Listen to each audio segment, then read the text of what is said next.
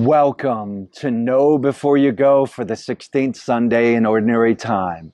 My name is Father Brendan Curran, Dominican promoter for justice and peace in North America, joining you, standing here in the porch on the backyard garden of our community of friars on the west side of Chicago.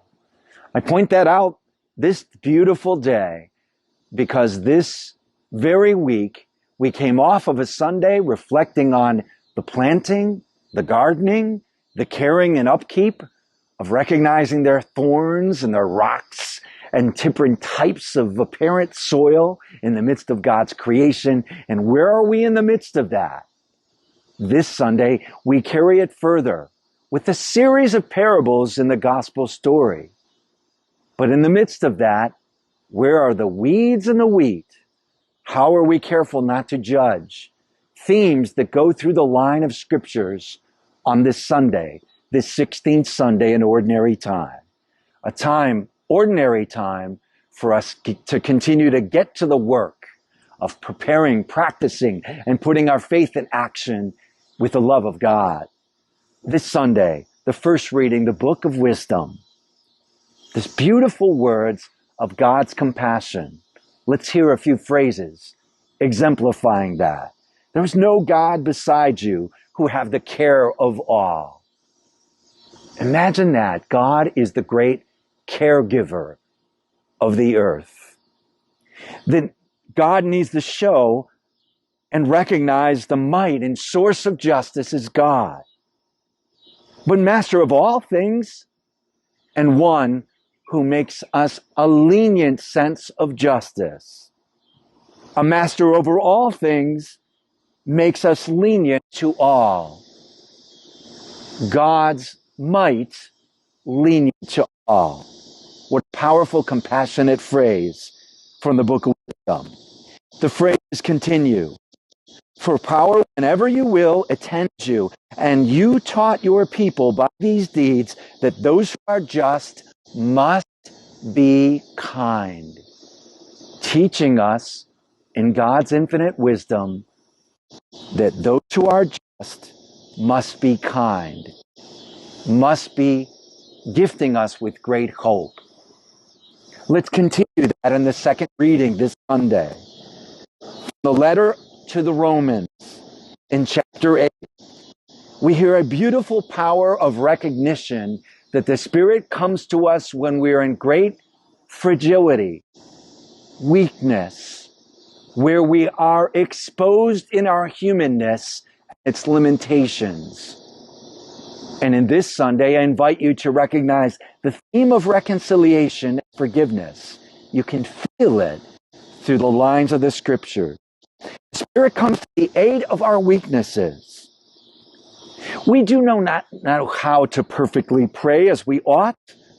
We're just human. We give it a shot.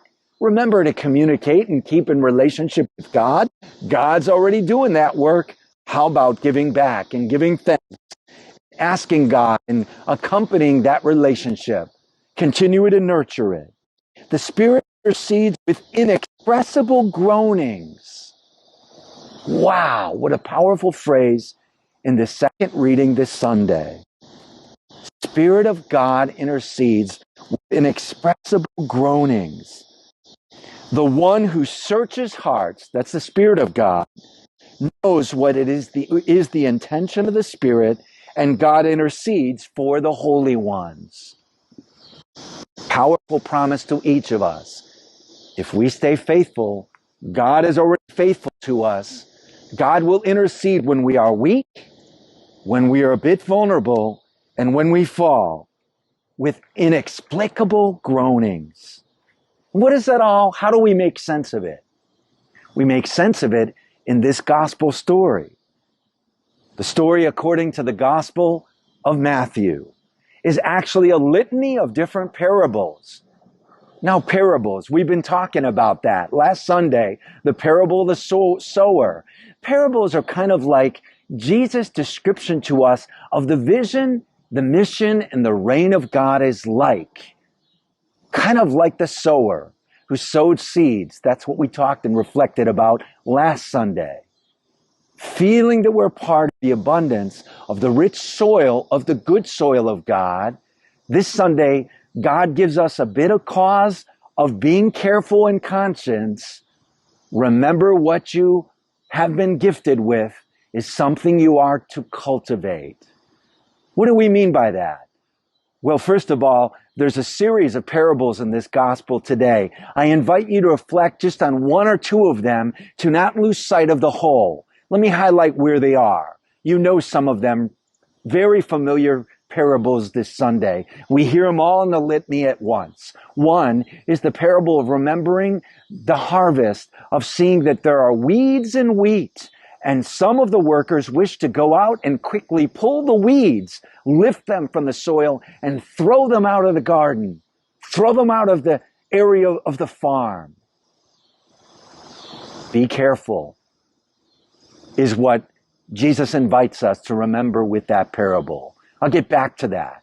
Then we also hear about the parable of the mustard seed. Yes, one of the smallest seeds throughout all of creation, that when planted and cultivated, grows to amazingly strong and strengthened roots going deep into the soil, and then rises out of the soil as one of the more majestic shrubs, fertile as it may be, throughout all of the kingdom, all of God's creation.